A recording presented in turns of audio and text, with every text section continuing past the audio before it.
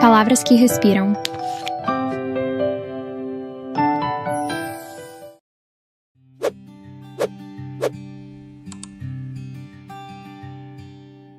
Blue Sisters. As Irmãs Blue, Coco Mellers. Capítulo 10. Lucky.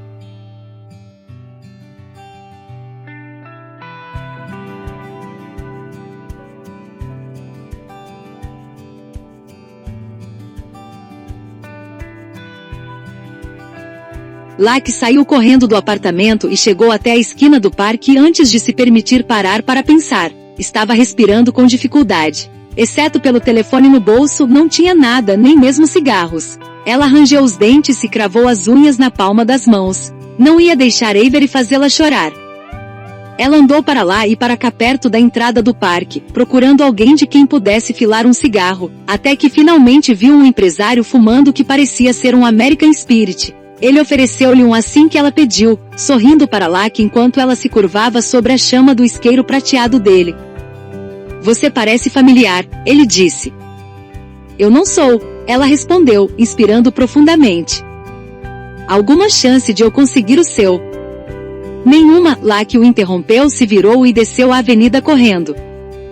Quando estava a uma distância segura, parou sob o toldo de um silencioso edifício com porteiro e deu uma tragada profunda, inalando até seus pulmões crepitarem. Ela odiava Avery. Ela exalou. Odiava muito Avery. Ela inalou rápido demais desta vez, e acabou se engasgando com a fumaça e cuspindo. Ela odiava tanto Avery que estava se sufocando com um cigarro.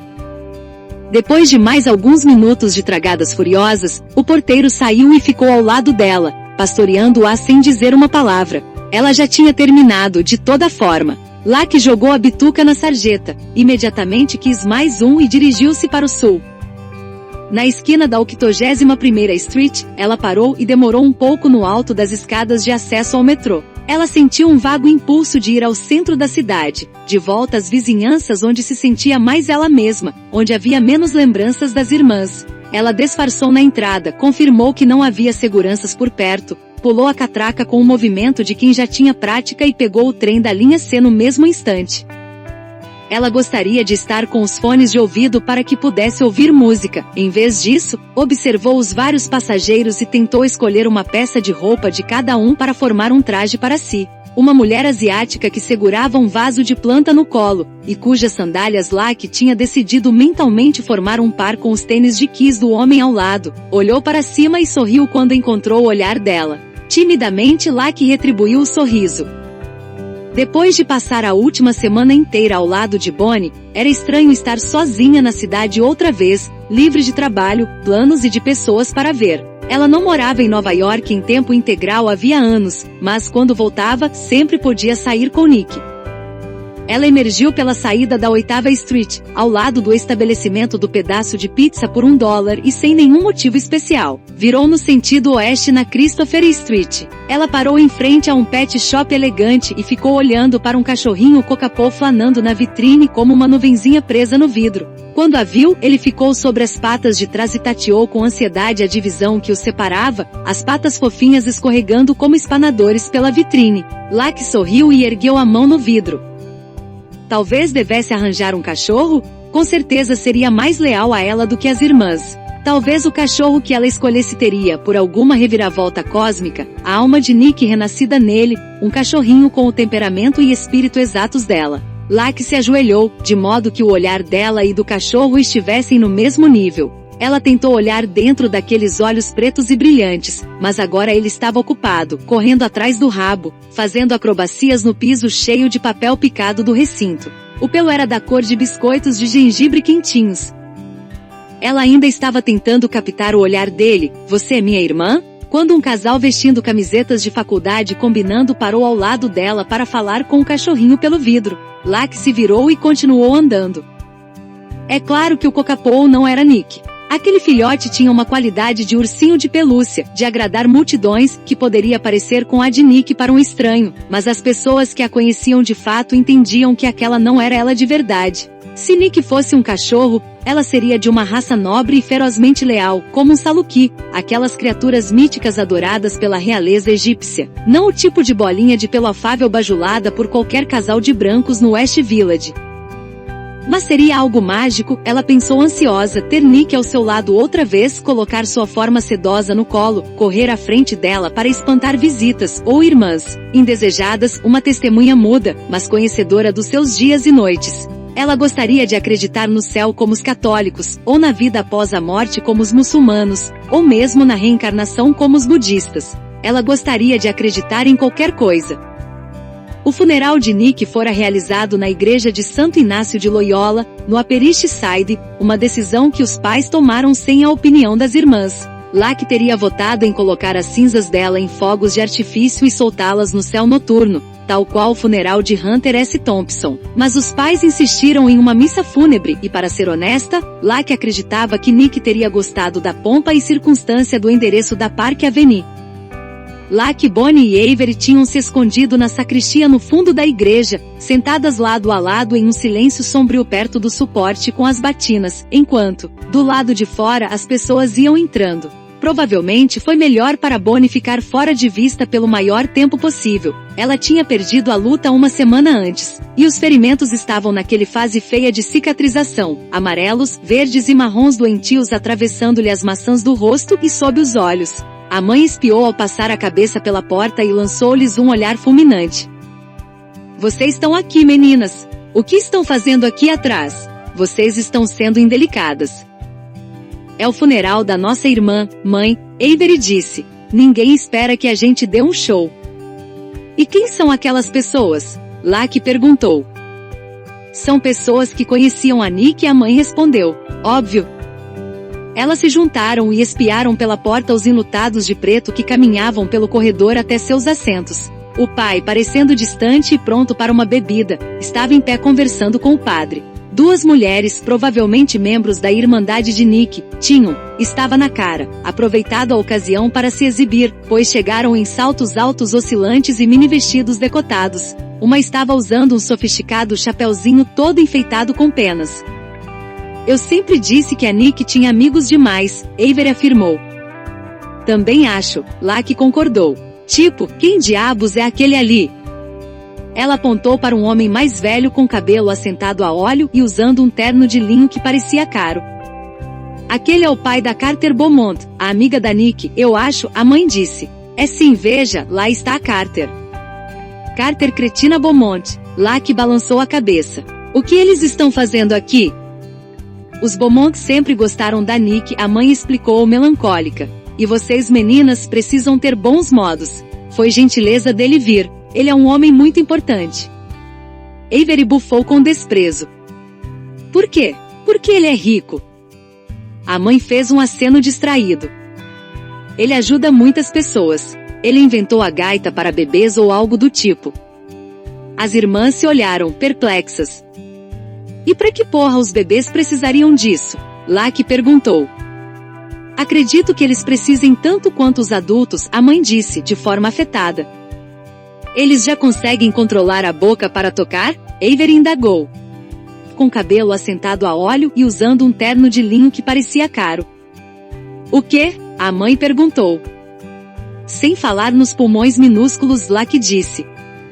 Não é para os pulmões, a mãe corrigiu. É óbvio que é para o coração deles. Lacey olhou para as irmãs que pareciam igualmente perturbadas. Até mesmo Bonnie, que tinha permanecido praticamente muda desde a luta, esboçou o mais leve dos sorrisos. Acho que música é sempre para o coração? Ela sugeriu com suavidade e Lacey e Avery riram baixinho. Com isso a mãe enrugou a testa. Música? O que os monitores de coração de bebês têm a ver com música? A missa foi longa e, como era de esperar, intensa na narrativa de Jesus morreu pelos nossos pecados. Seja na vida ou na morte, pertencemos a Cristo, entoava o padre enquanto colocava a mortalha e a cruz no caixão. Lacey pensou que Nick teria preferido pertencer a um bom conselho de cooperativa ou a um clube de campo, mas com certeza sim, ela concordou com amargura, Cristo era bom também. Ela ficou sentada, inexpressiva durante a homilia, a Eucaristia, as leituras do Novo e do Velho Testamento, sem sentir nada. Ela confirmou para si mesma, absolutamente nada. Só quando o padre chegou ao louvor final, ela começou a desabar. Ele balançava o turíbulo de incenso sobre o caixão, lançando fumaça ao longo de onde o corpo de Nick repousava oculto, e Locke observava como a névoa se enrolava na mão dele e desaparecia no ar da cúpula. Conceda a nossa irmã o sono em paz até que o Senhor a acorde para a glória. Locke inclinou a cabeça para frente. Ela vai vê-lo face a face, e na sua luz verá a luz. Ela podia sentir seu interior se partindo, uma sensação física do peito se rasgando. Até que todos nós nos encontremos em Cristo, e estejamos com o Senhor e com nossa irmã para todo sempre. Locke soltou um suspiro de dor. Ela estava desabando sob seu sofrimento. Ao lado podia sentir Bonnie tremendo. Então Avery estendeu os braços e pegou as mãos delas, puxando-as para si. Gaita para bebês, ela sussurrou, e as três se desmancharam em um ataque de risadinhas tão inoportuno e inapropriado que Locke ficou sufocada tentando se conter. A mãe lançou-lhes um olhar assassino enquanto elas resfolegavam entre as mãos, mas elas não se importaram. Nick teria rido também.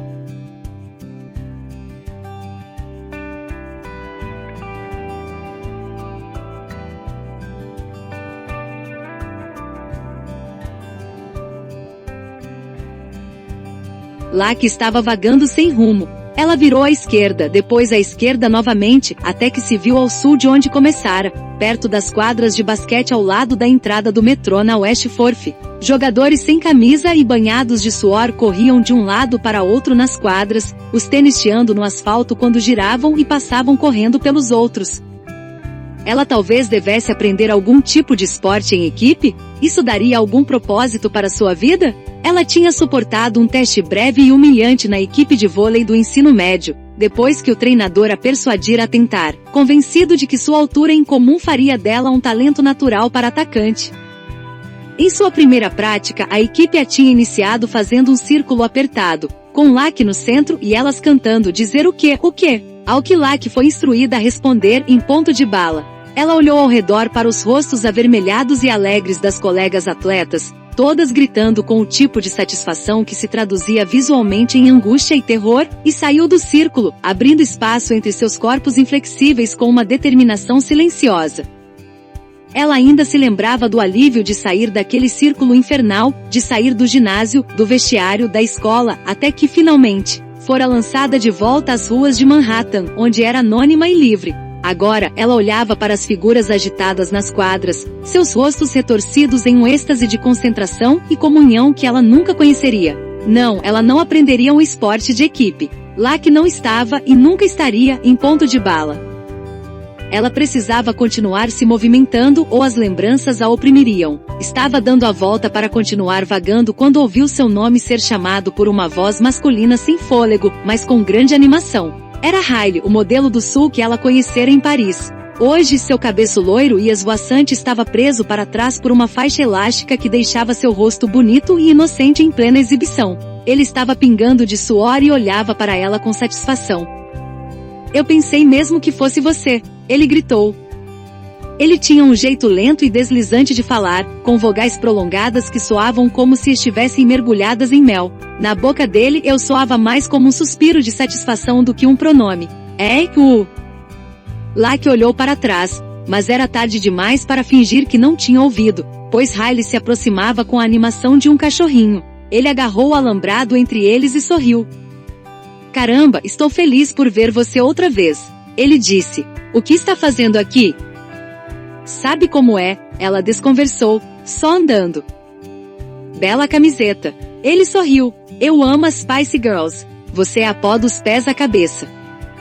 Na verdade, eu sou a Baby, Locke explicou. Nick é a pó, ela pensou, mas não disse. Riley se virou e acenou para os colegas jogadores. Ei, pessoal, olhem aqui. Esta é minha amiga Locke. Amiga parecia um termo generoso para as 2 horas encharçadas de cerveja que haviam passado juntos, mas Locke sorriu graciosamente. Os outros jogadores, Muitos dos quais ela reconhecia como colegas modelos acenaram para ela, então voltaram a se empurrar e se acotovelar, rindo com toda a energia de meninos. Lucky retribuiu o aceno, constrangida. Essa era outra coisa da qual ela se lembrava do ensino médio, a observação. Os meninos tinham os grandes jogos esportivos, os meninos tocavam em bandas, os meninos faziam truques na sala de aula, e as meninas ficavam olhando. No começo foi isto que fez o trabalho de modelo tão emocionante e também tão assustador. Pela primeira vez na vida, era ela quem estava sendo observada. Eu tentei te enviar uma mensagem depois de Paris, mas não consegui achar o seu perfil, Riley disse. E a Sabina disse que não tinha notícias suas. Você é uma moça difícil de rastrear. Você me conhece, ela respondeu. Mulher internacional do mistério. Riley riu e balançou os cabelos.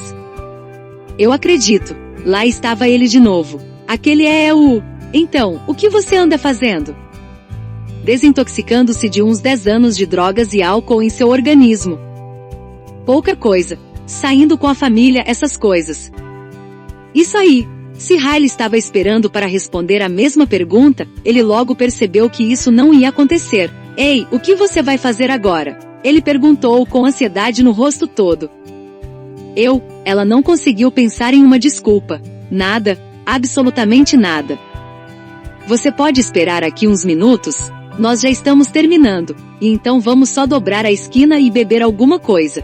Você tem que vir. Bebida. Lucky mataria por uma bebida agora. Uma bebida mataria Lucky agora. Ela olhou para o céu. Seria algum tipo de teste? Ela acreditava nessas coisas. Fique aqui, Riley pediu, sentindo a hesitação dela. Não se mexa.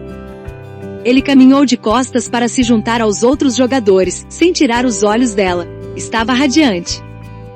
Caramba, cara! Ele gritou. Lucky Blue é foda. 15 minutos depois, Lucky se viu espremida em volta de uma mesa circular no pátio sombreado de uma cervejaria belga ninhada na McDougall Street, cercada por meia dúzia de modelos vestindo short de basquete. Então, Lucky, sua bebida é por minha conta, Riley anunciou. E eu sei que você gosta de cerveja. O que eu peço para você? Eles têm uma loira gelada ótima, chamada Delirium Tremens. Lucky emitiu um leve som de asfixia, mas conseguiu manter a compostura. Só água com gás para mim, ela disse. Riley ergueu as sobrancelhas. Tem certeza? Tenho, ela conseguiu resmungar.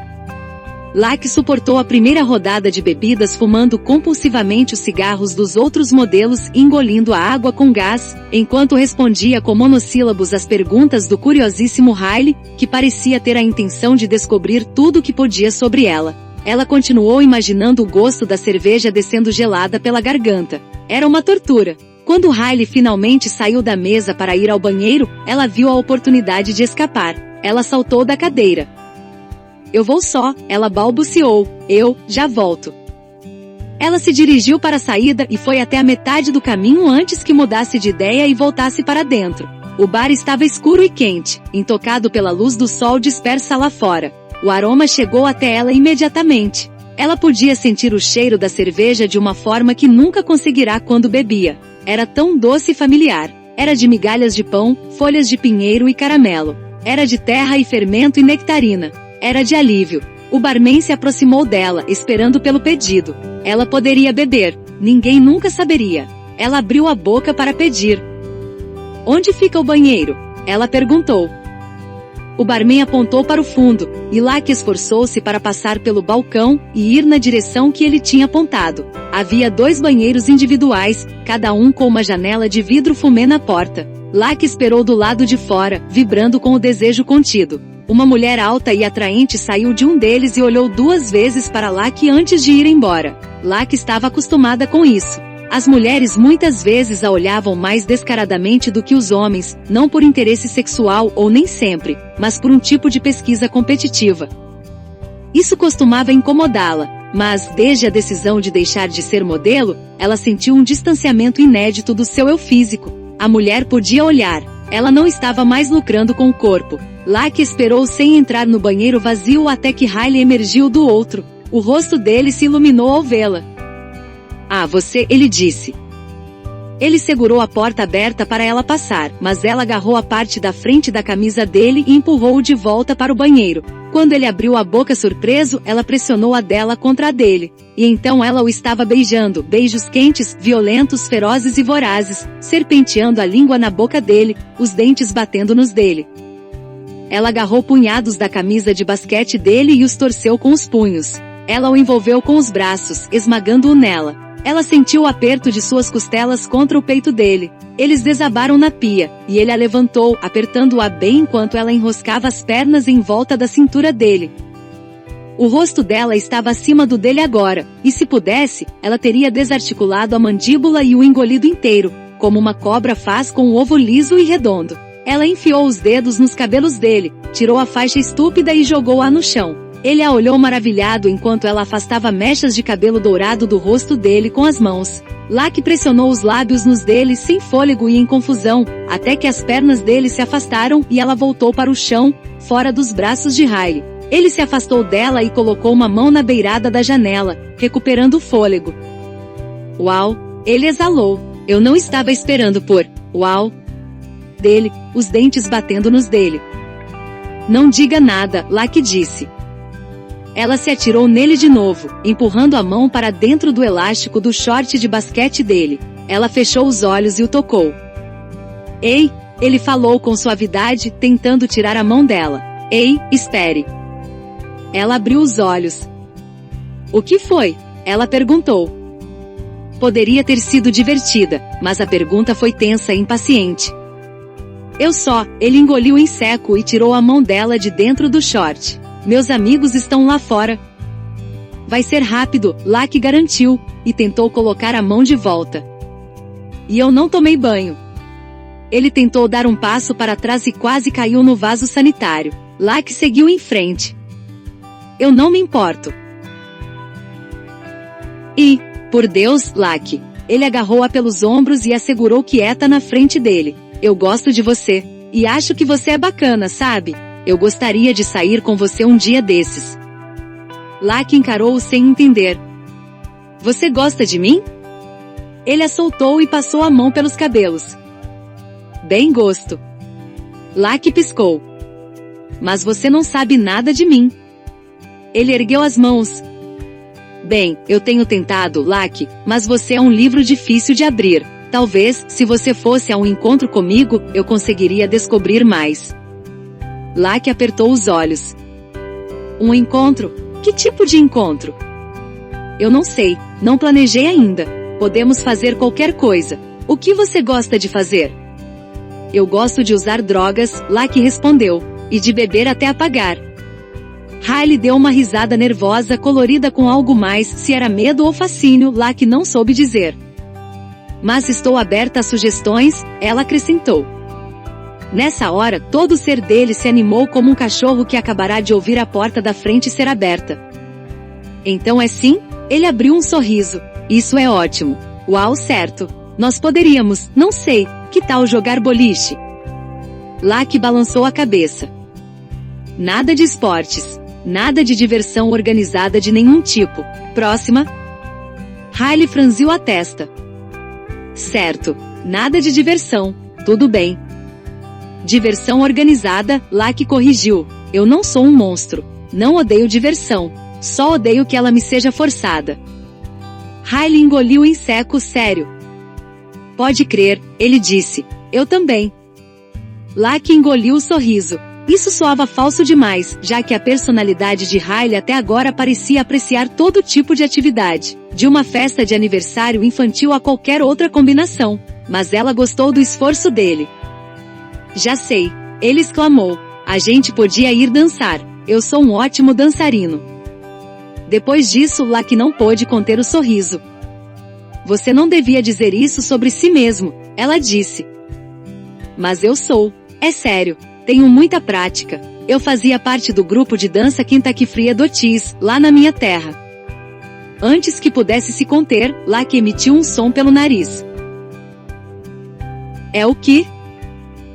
Kentucky Fried Otis. Nós dançamos, tipo, em festas de despedida de solteira. Alguns aniversários também. Locke colocou uma mão no peito para se estabilizar. Espere um minuto, você era stripper? Riley deu uma risadinha. Eu prefiro dizer que era entretenimento adulto, mas sim. Certo, preciso ouvir mais sobre isso. Riley riu, visivelmente satisfeito por ter conseguido a plena atenção dela. Eu fiz ginástica até a faculdade, mas me machuquei e perdi a bolsa de estudos, então entrei para o grupo de dança por alguns anos. Ganhava um bom dinheiro, para ser sincero. Uma das moças da despedida de solteira era olheira de uma agência de modelos, e foi assim que eu vim parar aqui. Locke deu um passo para trás e observou-o com mais atenção. Uma coisa que ela nunca deveria subestimar era a capacidade das pessoas de surpreendê-la. Antes de eu dizer sim, ela disse, séria, preciso ver esses famosos movimentos do Kentucky Fried. Sem hesitação, Riley levantou a camiseta e fez um movimento que começou com a ondulação da cabeça e foi até o peito e o ventre, os músculos do abdômen se contraindo ritmicamente. Ele terminou com uma rotação líquida do quadril. Locke não conseguiu evitar e deu gritinhos como se estivesse em uma despedida de solteira. Riley sorriu. Você deveria me ver no pool, ele comentou. Locke riu de novo. Não tem como você fazer isso no pool. Ah, cara, depois da ginástica, eu posso fazer qualquer coisa de ponta cabeça. O único problema é que as terminações nervosas da sua perna morrem. Ele bateu na parte de trás dos joelhos. Sabe aqui? Eu não sinto nada. Locke deu um passo em direção a Riley e se abaixou, de modo que seu rosto ficou na altura do peito dele. Ela beliscou a pele macia atrás do joelho direito dele e, ao fazê-lo, pressionou o rosto no seu tronco. Você consegue sentir isso? Ela perguntou, puxando a pele esticada escondida atrás da rótula. Riley olhou por cima da cabeça dela e tentou conter a risada. Não, madame. Locke ficou de quatro. O chão do banheiro não estava exatamente limpo, mas ela não se importava. Parte dela estava embaixo da pia, os canos velhos de ferro rangiam baixinho. Ela virou a cabeça até ver a parte posterior da perna dele e morder gentilmente a pele atrás do joelho. E isto? Ela perguntou, os dentes ainda segurando a carne dele. Ele riu baixo. Isso, ele disse, eu posso sentir. Riley ficou bem quieto, uma presa voluntária na mandíbula de loba de Locke.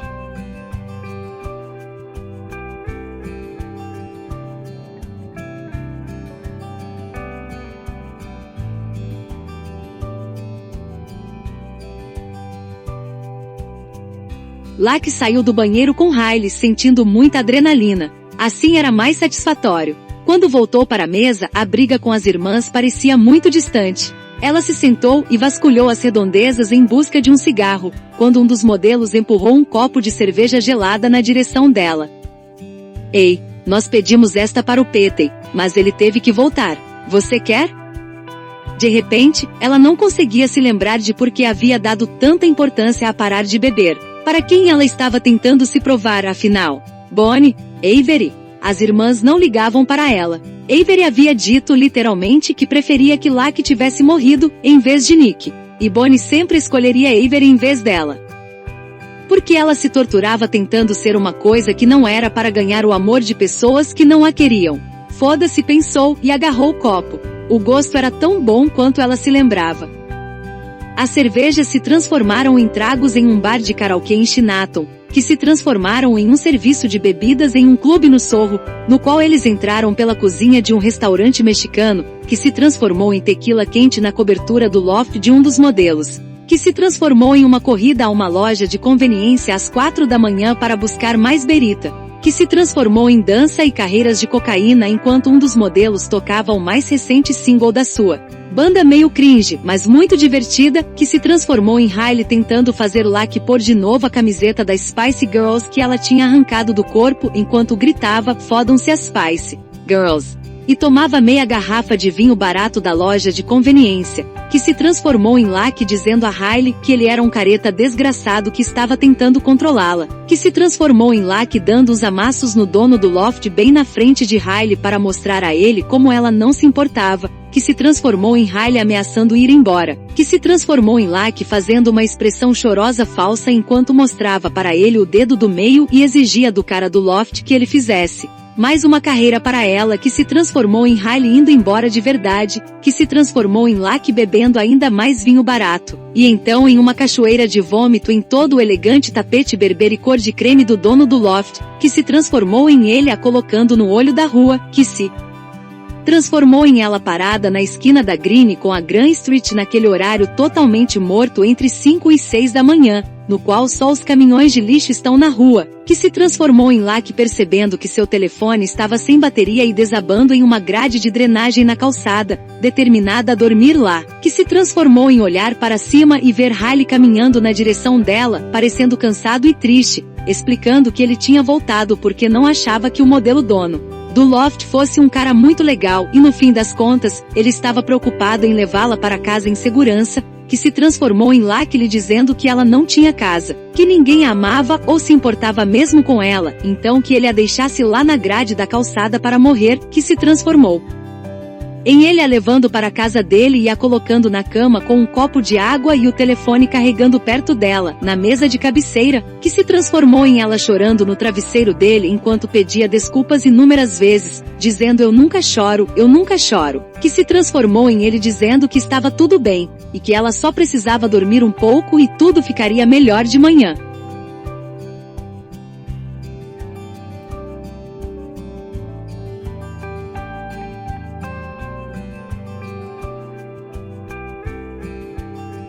Não ficou. Lucky acordou na cama de Riley e imediatamente desejou estar morta. A luz do sol perfurava as cortinas escuras com alfinetadas de luz, até mesmo o menor brilho parecia um ataque aos olhos dela. Na mesa de cabeceira perto de uma pilha de livros que incluía Sapiens e o Poder do Agora, seu telefone estava totalmente carregado. Ela verificou a tela rachada e descobriu que era quase meio-dia, então voltou a se deitar no travesseiro com um gemido baixo, apertando os olhos com as mãos. O que ela tinha feito? Como podia ter bebido depois de tudo que ela e Bonnie tinham feito juntas na última semana? Ela tinha estragado tudo. E pior ainda, tinha provado que Avery estava certa. Ela era uma bosta. A onda de vergonha que seguiu esse pensamento foi tão violenta que Lucky involuntariamente levou as mãos até a boca para não gritar, enquanto aquilo tomava conta dela. Ela tinha ouvido dizer que a culpa era por alguma coisa que se tinha feito, você podia se sentir culpado por certo comportamento ou ato, e saber que lá no fundo, ainda era uma boa pessoa, mas a vergonha era mais profunda, a vergonha era por ser quem você é. Lucky não só fazia coisas ruins, ela era má, ela se deu conta. Se o seu verdadeiro eu aparecia quando ela estava embriagada, seu verdadeiro eu era, sem dúvida, um pesadelo. Ela era como um animal cruel que ficava rosnando em uma armadilha e atacando a mão que tentava ajudá-la. Ninguém que a tivesse visto na noite anterior, ou em qualquer uma das centenas de noites de embriaguez dos últimos anos, ia querer qualquer coisa que tivesse a ver com ela. E agora nem mesmo as irmãs iam querer. Avery já a odiava e depois da noite anterior, Bonnie a odiaria também. Ela não tinha ninguém. Ela não podia se esconder no quarto de Riley para sempre, por mais que quisesse, então desconectou o telefone, 3 ligações não atendidas de Bonnie, nenhuma de Avery, e saiu do quarto, estremecendo com a luz quando entrou na sala de estar. Riley morava em um loft em Williamsburg, com janelas que iam do chão até o teto e o tipo de mobília funcional, sem alma e em cores neutras que escondem as manchas, que se encontrava em imóveis alugados já totalmente mobiliados. A cozinha aberta tinha um ímã de quadro branco na geladeira, no qual alguém tinha escrito seja mais na vida real. Definitivamente o apartamento de um modelo lá que observou. Riley estava sentado à mesa de jantar, sem camisa, inclinado sobre o notebook. Ele olhou para cima quando Lucky entrou sem sorrir. Ela ficou impressionada pela primeira vez ao ver como era bonito aquele homem, de cabelo dourado e o corpo todo bronzeado, com sardas cor de canela salpicadas nas maçãs do rosto até os ombros. Com um constrangimento nada familiar, ocorreu-lhe que ela deveria parecer uma bosta completa. Ei, ele disse, sua voz não denotava nem calor nem frieza. Você quer café? Lucky negou com a cabeça. A única coisa que ela queria era sair dali o mais rápido possível, e então, de preferência, se enrolar em algum lugar e morrer. Eu preciso ir, sua voz saiu como uma queixa rouca. Ela engoliu em seco. Me desculpe mesmo por ontem à noite. Riley balançou a cabeça. Tudo bem. Ele fez uma pausa. Na verdade não está tudo bem, Lucky. Lá vinha ela de novo, aquela onda de vergonha tão alarmante em sua fisicalidade que Locke teve de enterrar as unhas na palma das mãos e esperar até passar como uma contração. Eu sei, ela começou. Mas ele a interrompeu. Eu tenho a impressão de que você não está bem. Ele olhou para ela e seu rosto se suavizou com preocupação. Então, você está bem? Locke não esperava por isso, essa bondade diante da sua maldade. Ela não a merecia e no entanto lá estava, tão simples quanto a oferta de café logo de manhã. Foi tão surpreendente que nem lhe ocorreu inventar uma mentira plausível. Não, ela deixou escapar. Eu não estou bem. Eu sou. Ela podia dizer de uma vez, pensou. A essa altura, ela não tinha mais nada a perder. Eu sou alcoolista, Riley. E viciada. Eu realmente preciso ficar sóbria, mas não tenho a mínima ideia de como fazer isso. Riley engoliu em seco. Locke arrependeu-se imediatamente do que disse. Assim, sem nenhum verniz, aquilo não soava bem. Eu não tenho certeza se conheci muita gente assim, ele disse, por fim. Locke deu-lhe um sorrisinho. É só ficar mais uns anos no setor de moda. Ela fez um gesto em direção à porta. Vou indo. Obrigada de novo e desculpe por despejar tudo isso em você. Por favor, esqueça tudo. Ela foi para a porta da frente, que por alguma razão inexplicável, tinha 3 tipos diferentes de trinco. Ela tentou uma combinação, depois outra, mas não conseguiu abri-la. Tentou sem sucesso lembrar de quais trincos já tinha girado, quando sentiu o braço de Riley chegando perto dela. Eu vou te ajudar. Ele moveu os trincos com a eficiência da prática, e a porta se abriu. Locke sorriu para ele, envergonhada. Todo mundo pensa que é um gênio, até tentar abrir a porta da frente de outra pessoa, ela disse. Riley riu. Ou usar o chuveiro, ele acrescentou. A água quente nunca está na direção em que deveria estar. Verdade, Locke acenou para ele, desajeitada. Certo, tchau. Ela já ia passar pela porta quando Riley a segurou e a puxou para um abraço. Ele cheirava a sabonete e alguma coisa vagamente doce também, como madressilva. Era difícil Locke ser mais baixa do que alguém, mas o topo da sua cabeça se encaixava com perfeição sob o queixo dele. Você consegue, Locke, ele murmurou entre o cabelo dela. Nada vai funcionar a menos que você faça funcionar. Ela olhou para cima, para ele. É um ditado do sul? Riley sorriu e negou com a cabeça. Maya Angelou. Ele a soltou. Minha mãe é professora de inglês no ensino médio. E a senhora Angelou? Aquela dama sabia do que estava falando.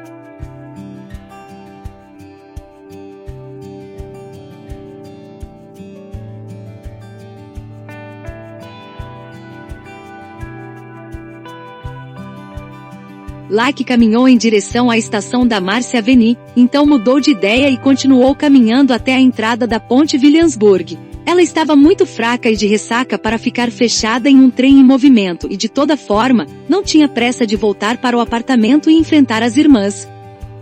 O sol estava alto no céu azul claro sem nuvens, e um calor abafado havia tomado conta das ruas. Do lado de fora de um café, um bulldog robusto estava deitado com a barriga espalhada no asfalto quente e levantou com preguiça, a papada para olhar Locke enquanto ela passava, os olhos semicerrados. Locke chegou até a entrada da ponte e ficou aliviada ao sentir a brisa que vinha da água. A estrutura vermelha familiar e o piso em grafite se estendiam diante dela como o tempo. Um ciclista passou zunindo, e então a ponte ficou vazia. Ela começou a caminhar vendo a água, a balaustrada de metal se estendendo e se entrecruzando lá em cima. Sem fones de ouvido para escapar na música, ela ficou com seus pensamentos. Sua mente se lançava no mesmo circuito fechado das lembranças, como uma abelha presa dentro de um quarto bate inúmeras vezes na mesma vidraça, procurando uma saída. O desejo de Nick rabiscado em um pedaço de papel em sua mão. Chega de comprimidos. Por que Locke não a tinha pressionado quando ela negou ter escrito aquilo? Por que ela não contou para alguém?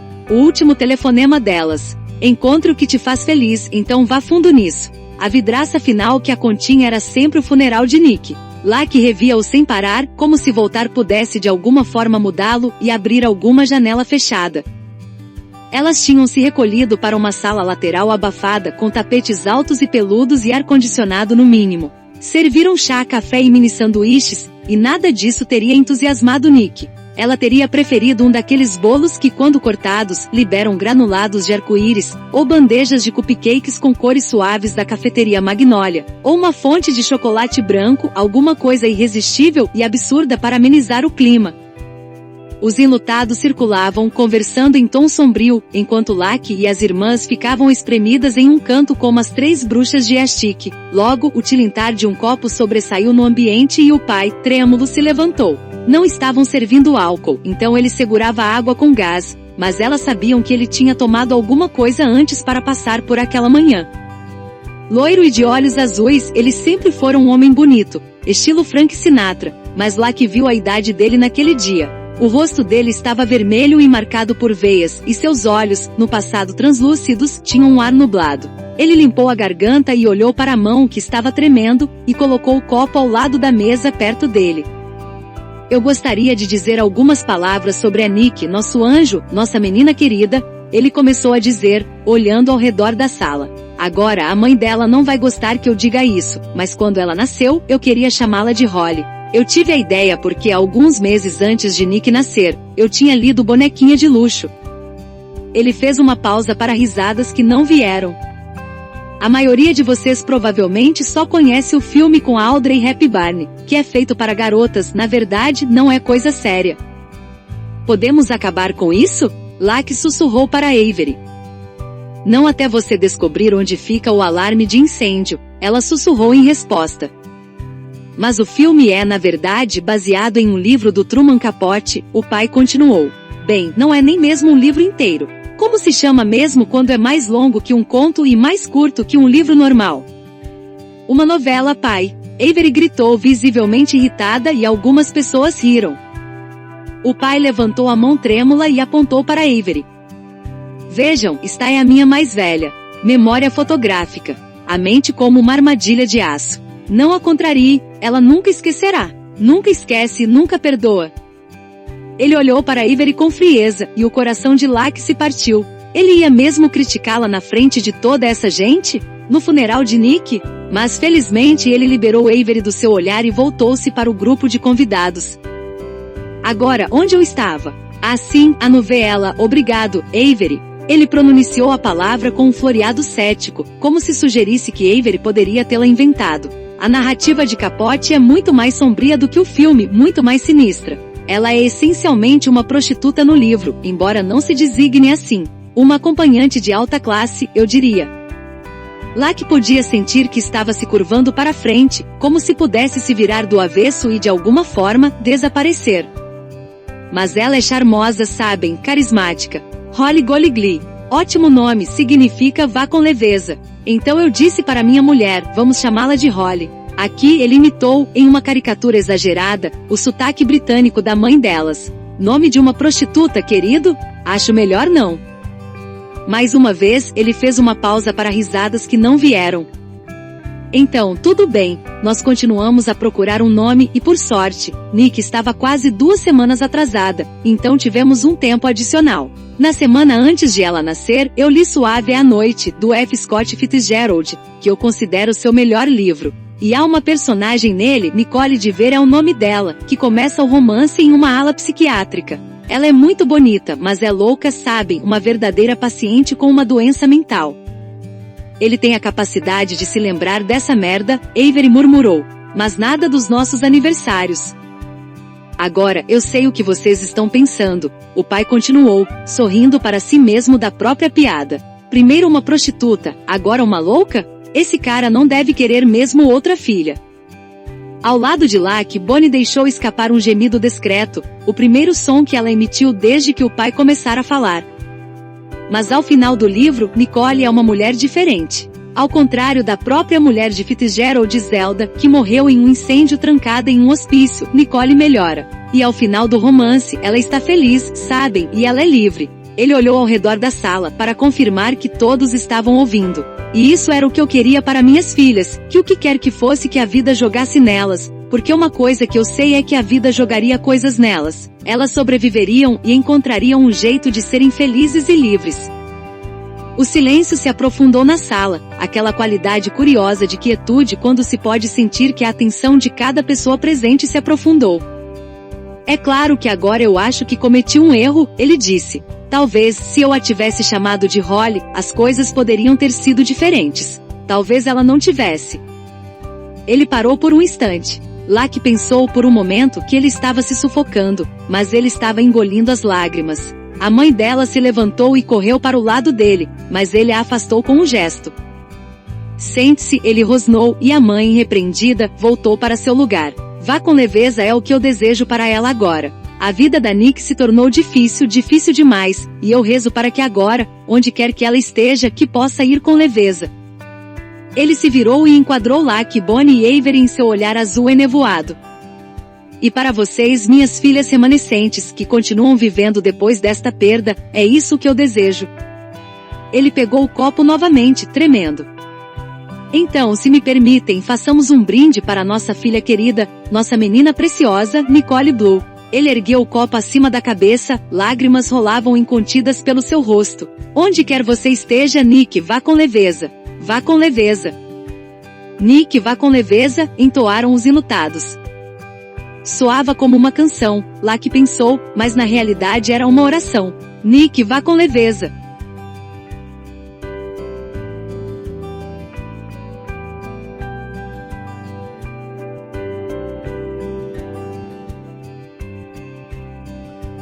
Lucky estava quase do outro lado da ponte. Vá com leveza, vá com leveza, vá com leveza. Ela repetia as palavras para si mesma a cada passo. A cidade se esparramava à sua frente sem nenhum destino à vista. Ela não podia voltar para casa nesse estado, mas também não tinha nenhum lugar para ir. Ela ficou parada na Delancey Street e observou a cidade ao seu redor, suas atividades desatentas e desordenadas que não paravam para ninguém. Sem admitir de forma consciente nem para si mesma o que estava fazendo, ela pegou o telefone e pesquisou reuniões aduanas e mediações. Ela observou a lista e se afastou para dar passagem a um entregador de bicicleta, que passava desatento pela calçada, e ficou surpresa com o grande número de reuniões que aconteciam na cidade a qualquer hora. Havia uma no East Village, na 12ª Street, que começaria logo. Ela pesquisou quanto tempo demoraria para chegar até lá a pé, 20 minutos, dizia, mas seria menos com as pernas longas de Lucky, e começou a caminhar para o norte. Conforme ela caminhava, seu coração batia disparado. Ela experimentaria apenas uma, não por Avery ou Bonnie ou os pais, nem mesmo por Nick, mas por ela mesma. Ela precisava saber quem realmente era.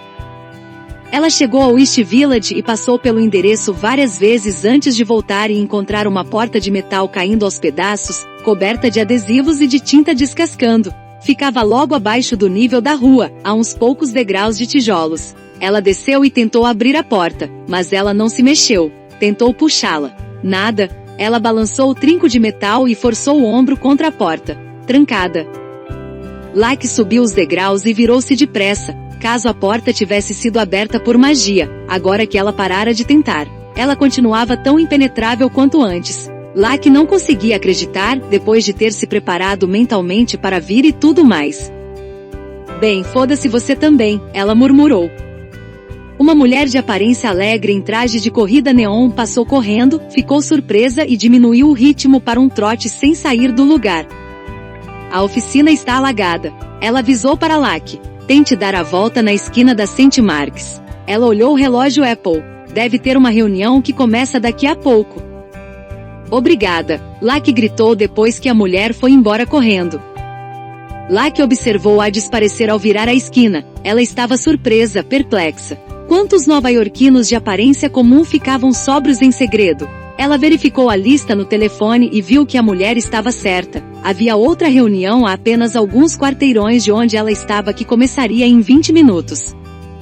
Ela caminhou rumo a St. Mark's e decidiu que não conseguiria chegar cedo e ficar de conversa fiada. Então parou em uma varanda com sombra lá perto, querendo um cigarro. Do outro lado da rua, um casal colocou a bagagem no carro conversível para uma viagem de fim de semana e se beijaram rapidamente enquanto fechavam o porta-malas. Na parte da varanda com sol, perto dela, um homem de cabelos brancos penteava o seu Golden Retriever, soltando tufos de pelo como dentes de leão voando na brisa. Ele viu que ela o estava observando e sorriu. Apesar de tudo, ela estava feliz por voltar a Nova York, a cidade natal para a qual ela não planejava retornar, mas que de alguma forma recebia de volta. O funeral de Nick tinha sido o último dia de Lucky na cidade. Depois que o velório terminou, os pais voltaram imediatamente para o interior, incapazes de entrar no apartamento de novo. Sem verbalizar, as irmãs sentiram o mesmo. Avery, em silêncio, pagou para as 13 Chitty ficarem em um hotel próximo, uma situação que todas sabiam que não poderia durar. Na noite do funeral, as 3 se encontraram no restaurante sem graça do hotel, enquanto Chitty dormia no andar de cima. Normalmente, quando todas as irmãs estavam juntas, era uma luta para conseguir falar, mas, nessa noite, as 3 ficaram sentadas em um silêncio sombrio. O cardápio continha muitas variações de hummus que, por sinal, era o esquema de cores da decoração, bem como da fisionomia do garçom que pairava perto delas. "Eu vou tomar só um chá de hortelã", Avery disse, e fechou o cardápio. "Eu também", Bonnie falou. "E a entrada de hummus?" "Qual delas?", o garçom perguntou. "Temos várias." Bonnie lançou-lhe um olhar de pânico. Seu olho direito ainda estava inchado e fechado, de uma cor roxa feroz. Desde que tinha encontrado Nick e perdido a luta, ela mal conseguia dizer uma frase completa em voz alta. Eu não sei", ela gaguejou. "Ela vai querer a primeira e uma porção de pão", Avery declarou, e Bonnie olhou para ela com gratidão. "Eu vou tomar uma vodka soda", Lucky pediu. Avery olhou para ela e ergueu as sobrancelhas. "Nem vem", Lucky acrescentou. "Eu não disse nada", Avery contestou. "Suas sobrancelhas disseram." Avery negou com um aceno. "Ah, elas têm vontade própria", ela disse com leveza, e a tensão se dissipou momentaneamente. Mas à medida que se arrastava, a refeição tornou-se insuportável. Elas não funcionavam como um trio, foram feitas para ser um quarteto, e estar juntas sem Nick só piorava a situação. Bonnie foi a primeira a rachar, admitindo que ela tinha decidido dar um tempo no treino e ir para Los Angeles. Lucky alegou que tinha de voltar a Paris no dia seguinte para um trabalho imaginário que ela não poderia recusar de jeito nenhum. E Avery, é claro, tinha uma vida em Londres com Chitty para a qual voltar.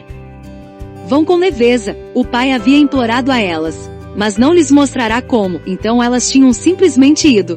Bem, Lucky pensou, saindo da varanda para ir até a reunião na St. Mark's Place, talvez ela pudesse mudar isso agora. Ela chegou ao endereço e apertou os olhos quando viu um toldo vermelho desbotado com o nome de um teatro escrito nele. Degraus íngremes em ruínas levavam a uma porta aberta. Lucky permaneceu plantada na parte de baixo, como se estivesse avaliando uma montanha que não tinha certeza se conseguiria escalar. Um homem careca com um lenço de pescoço roxo brilhante e óculos redondos no estilo de David Hockney passou por ela. Ele a olhou de cima a baixo. "Você vai entrar, querida?" Lucky olhou brevemente para ele em pânico. "Eu não sei." Ele sorriu, os óculos brilharam na luz do sol. "Primeira vez?" Lucky assentiu, insegura. "Você sabe o que acontece toda vez que alguém vai à primeira reunião? Um anjo ganha asas?" Ela arriscou, de forma sombria. "Uma pessoa recupera a dignidade", ele disse. "E nunca mais vai se divertir", ela pensou. Ela odiava essas banalidades, odiava essa linguagem estranha que todos do AA pareciam usar. Avery era a principal culpada. Companheirismo. Programa. O que tudo isso significava? Soava mais como coisas de alguma universidade de elite, não um grupo gratuito de autoajuda para pessoas burras o suficiente para destruírem a própria vida. "Eu não acredito em Deus", ela disse de repente. "E nem vou acreditar."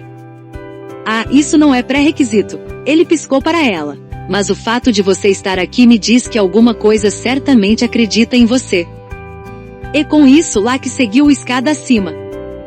Do lado de dentro, a sala era pequena e modesta. Um tapete cinza manchado cobria o chão. Um círculo de cadeiras velhas de madeira fora montado no centro dela. À esquerda ficava uma cozinha pequena com uma cafeteira e copos de papel colocados perto da pia. Lucky virou-se para a porta, ansiosa. Eles bem que podiam ter colocado um cartaz acima dela dizendo "fim da diversão". Um homem veio em direção a eles do outro extremo da sala, carregando uma pilha de livros azuis nas mãos. Ele parecia ter 30 e poucos anos, com um topete de cabelos grossos e escuros e óculos com armação de metal. Ele não era nada mau, ela constatou, tinha um estilo Harry Potter nerd. Ela logo se sentiu aliviada, pessoas atraentes iam ao AA também. e depois uma idiota por se importar com aquilo. Oi, que bom vê-lo aqui, cara, ele disse para o homem de óculos que a acompanhará na entrada. Cooper, qual é o seu nome, querida? Lucky disse a ele. É a primeira reunião dela. Uau! Cooper exclamou, largando os livros em uma cadeira e esfregando as mãos nos jeans. Bem-vinda! Isso é muito bacana. Bem-vinda! Eu acabei de dizer isso. Cooper virou a cabeça para o ombro direito e produziu uma série de sons repetitivos entre a língua e os dentes. Ele se virou para ela e piscou exageradamente. Obrigada, Lucky disse, espiando na direção da porta outra vez. Você quer ler o como funciona? Ele perguntou, depois pegou uma folha plastificada e entregou a ela. Lucky virou-a nas mãos, estava impressa com bastante texto nos dois lados. Não precisa, ela garantiu, devolvendo-a para ele. Outro giro de cabeça e uma série de sons altos. Ele se virou para ela. Eu tenho síndrome de Tourette, ele explicou, entre piscadas. E não se preocupe com a leitura. É ótimo que você esteja aqui. Lucky se sentou e olhou para os próprios pés enquanto Cooper e os óculos Ockney se ocupavam abrindo pacotes de biscoitos para acompanhar o café e colocando um livro em cada cadeira. Cooper entregou um a Lucky e ela o abriu, fingindo ler. Ela podia sentir algo afundando dentro de si, como se uma válvula tivesse sido aberta no fundo do seu estômago, suas entranhas descendo através dela. Era uma sensação tão familiar, embora não a sentisse havia anos. Era a sensação de estar de volta à escola. Ao contrário da brilhante Avery e da naturalha acadêmica Nick, Lucky não era boa na escola. Até Bonnie, que encarava o dia de aula como uma refeição da qual ela não gostava para chegar à sobremesa do boxe, tinha sido melhor do que ela. Lucky nunca levantava a mão para participar, nunca chamava a atenção para si de uma maneira que pudesse ajudar. A pior parte era quando todos na classe tinham de ler em voz alta. Em geral, ela dava um jeito de ir ao banheiro para escapar, mas uma vez a professora forçou-a a ficar. Com o coração disparado, ela contou os alunos à frente, tentando descobrir qual seria sua parte na leitura. Quando chegou a vez dela, a voz saiu baixa e trêmula. Ela mantinha os olhos na página, mas podia ouvir os alunos se virando para encará-la. Ela leu o mais rápido que pôde, tentando acabar logo, mas isso só a fez perder o fôlego. O coração martelava dentro do peito quando ela percebeu, com pânico cada vez maior, que não conseguia recuperá-lo. Ela ficou sentada lá, ofegante como uma criatura marinha monstruosa que de repente tivesse sido expulsa para a terra. Alguns alunos começaram a rir baixinho e cochichar. A Lucky não sabe ler. Mais cabeças se viraram para encará-la. Ninguém esperava que ela fosse tímida, não com aquela aparência. Também não esperavam que ela fosse muito brilhante. E lá estava ela, provando que eles estavam certos. Por fim, a professora lançou-lhe um olhar perturbado e pediu para o próximo aluno continuar de onde ela tinha parado, e a aula seguiu. Lucky manteve o rosto fervendo perto da página enquanto as outras vozes enchiam a sala, uma por uma. O único alívio que ela podia encontrar era saber que Nick estava em algum lugar no corredor, na sua aula. Só de pensar na irmã era como colocar um cubo de gelo sob a língua. Ela a encontrou no intervalo e contou o que havia acontecido enquanto os alunos passavam correndo pelo corredor. É claro que você sabe ler, Nick disse com ênfase. Você só se recusa a ler sob ordens. Eles acham que eu sou burra, Lucky sussurrou. Ela virou o rosto para os armários, tentando conter as lágrimas. Nick puxou-a para um forte abraço. Não, Lucky disse, com medo de que as pessoas vissem. Mas Nick só apertou com mais força. Você não é burra, Nick sussurrou com intensidade no ouvido dela. Você é rebelde. E os rebeldes são sempre incompreendidos pelos seus pares. Lucky afastou-se e esfregou a palma das mãos com força no rosto molhado. Não pareceu muita rebeldia, ela disse em voz baixa. Parecia mais com estar afogando, só que em ar em vez de água. Nick parou para pensar. Bem, fodam-se, ela disse finalmente. Quem se importa com o que eles pensam? Provincianos míopes. Nick estava estudando para o vestibular, e usava palavras diferentes sempre que surgia uma oportunidade. É só chamá-los disso se tentarem mexer com você. Provincianos míopes. Lucky repetiu a frase para si mesma no resto do período escolar e de alguma forma, sobreviveu até o sinal da última aula.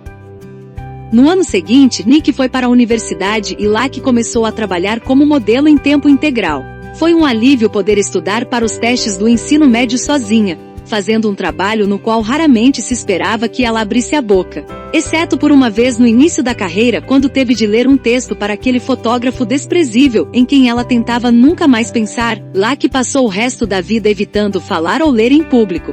E agora ela estava sentada nesta salinha sombria, se preparando para ser humilhada outra vez.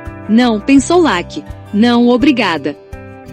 Ela se levantou para sair, mas a porta estava bloqueada pelas pessoas que entravam. Uma senhora idosa, esguia como uma árvore no inverno, entrou ajudada por um jovem de terno. Um skatista segurando os tracks do seu skate com uma mão e uma garrafa de seltzer na outra vinha atrás deles. Tem alguém sentado aqui? Ele perguntou, apontando para a cadeira que ela acabará de deixar vazia. A Lacey, o óculos Oakley, gritou logo atrás. É a primeira reunião dela. Lacey virou-se para ele, e o rosto do rapaz se iluminou. Massa, ele disse, oferecendo o punho para ela bater. Bem-vinda. Ele sentou-se algumas cadeiras à direita dela, e Lacey sentou-se de novo, olhando fixamente para o colo. Por que todos estavam tão satisfeitos por ela estar ali? Não percebiam que para ela era uma punição? O murmúrio baixo das conversas preenchia a sala enquanto mais pessoas iam chegando, cumprimentando-se com familiaridade. Ela espiava de vez em quando os outros membros que iam entrando e ocupavam seus lugares no círculo. Todos pareciam tão felizes. Era muito estranho. Muito bem, vamos começar? Cooper disse, e a sala ficou em silêncio. Um casal alto de braços dados e brincado entre si como se fossem cachorrinhos, ocupou as duas últimas cadeiras vagas bem na frente de Lacey. A mulher segurava um estojo de violão desgastado, forrado de adesivos que ela colocou ao lado da cadeira. O cabelo dela estava tingido no tom dos cheetos sabor Flaming Hot. Ela usava óculos de lentes alaranjadas com armação preta grossa, um vestido de seda pêssego vintage e sapatilhas rosa bebê, naquele tipo de cetim usado por bailarinas de verdade. Ela parecia um pôr do sol. O companheiro por outro lado era o mar. Ele vestia calças boca de sino, em tecido suede e da cor da parte mais profunda do oceano, e uma camiseta de malha azul lavanda, sob a qual Lacey podia ver o contorno do seu torso quase todo tatuado. O cabelo dele, como o de Lacey, era descolorido, de um branco como das ondas de surf. Lacey não conseguiu parar de encará-los. Eles eram tão bacanas. A mulher olhou para cima e encontrou o olhar de Lacey, e seu rosto se abriu em um amplo sorriso. Oi, ela fez com a boca. Lacey desviou o olhar rapidamente para Cooper, que estava lendo algo em um fichário aberto no colo. Bem-vindos à reunião de estudos do livro azul de Alcoólicos Anônimos. Meu nome é Cooper e eu sou alcoolista. Oi, Cooper, a sala respondeu com alegria. Ele seguiu lendo, e o coração de Lacey começou a disparar na garganta. Estudo do livro azul? O que isso queria dizer? Por instrução de Cooper, o skatista leu algo do cartão plastificado que Lacey havia recusado antes, mas ela não conseguia se concentrar no que ele estava dizendo. Ela achava que as reuniões eram só de gente sentada, reclamando de como tinham estragado a vida e por não poderem mais beber. Isto era tão organizado como na escola, mas pior, porque todos eles escolheram estar lá. Ela queria que Avery estivesse lá para explicar que diabos estava acontecendo. Obrigado pelo seu serviço, Cooper disse quando o skatista terminou. Nesta reunião, leremos uma parte do livro azul, cada um lerá um parágrafo por vez começando na página. Cooper verificou suas anotações, página 81. Quem gostaria de começar? Eu vou. A mulher de cabelo laranja se ofereceu com entusiasmo. Ela se apresentou como Butter, que significa manteiga, e começou a ler em voz alta em uma voz britânica alegre. Seu sotaque era muito diferente do de Chitty ou da boneca Troll, Lacey percebeu. Ela pronunciava o TH como F, definitivamente não era chique. Era uma voz agradável, mas Lacey não conseguia ouvi-la muito bem porque agora estava contando o número de pessoas entre ela e aquela britânica com cabelo cor-de-fogo, que tinha o nome de um derivado do leite, e então escanear as páginas para ver qual passagem teria de ler. Butter estava sentada bem na frente dela, então independentemente do sentido em que as pessoas do círculo fossem ler, Lacey estava fodida. À medida que cada pessoa lia, Lacey implorava a si mesma para levantar e sair. Essas pessoas não importavam. Ela nunca mais teria de as ver. Ela poderia se libertar como tinha se libertado do círculo de cantoria do vôlei. Passo, o homem que estava ao lado dela disse depois de ler a sua passagem. Ela teve vontade de sair, mas alguma coisa, constrangimento ou elegância ou alguma combinação dos dois, a manteve na cadeira. Ela encarou o livro entre as mãos. As palavras pareciam filas de minúsculas formigas pretas caminhando pela página. Nada vai funcionar a menos que você faça funcionar, ela se lembrou, e respirou fundo. O alcoolista é como um tornado abrindo caminho por meio da vida dos outros. Ela começou, em voz baixa e trêmula. Então respirou outra vez e continuou lendo. Felizmente sua passagem era mais curta e por razões inexplicáveis para ela. Terminava com a descrição de um fazendeiro que saía de um abrigo contra ciclones e encontrava sua casa arruinada, e então fingia que nada tinha acontecido. Ela ouviu um murmúrio baixo de concordância pela sala, pontuado por risadinhas que ela conhecia bem. Lucky levantou o olhar. Eles estavam rindo dela? Mas os semblantes mostravam só incentivo. Ela expirou longamente. Passo, ela disse. Enquanto a próxima pessoa lia, Lucky manteve o olhar na página, e não se atreveu a olhar para ninguém. Mas se alguém estivesse observando com atenção, teria notado uma nova luz em seus olhos, algumas fagulhas do calor da confiança em um canto dela que antes estava escuro. Não foi nada, ela disse para si mesma. Quem se importava que ela tinha lido um mísero parágrafo? Mas havia outra voz, mais suave, dentro dela, que dizia uma só palavra, milagre. Pequeno, concedido, imperceptível para qualquer um, exceto ela, mas mesmo assim, um milagre.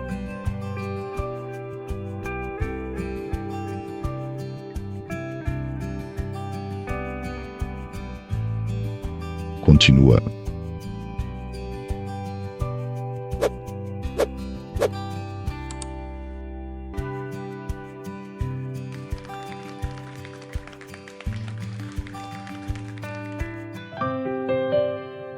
Palavras que respiram.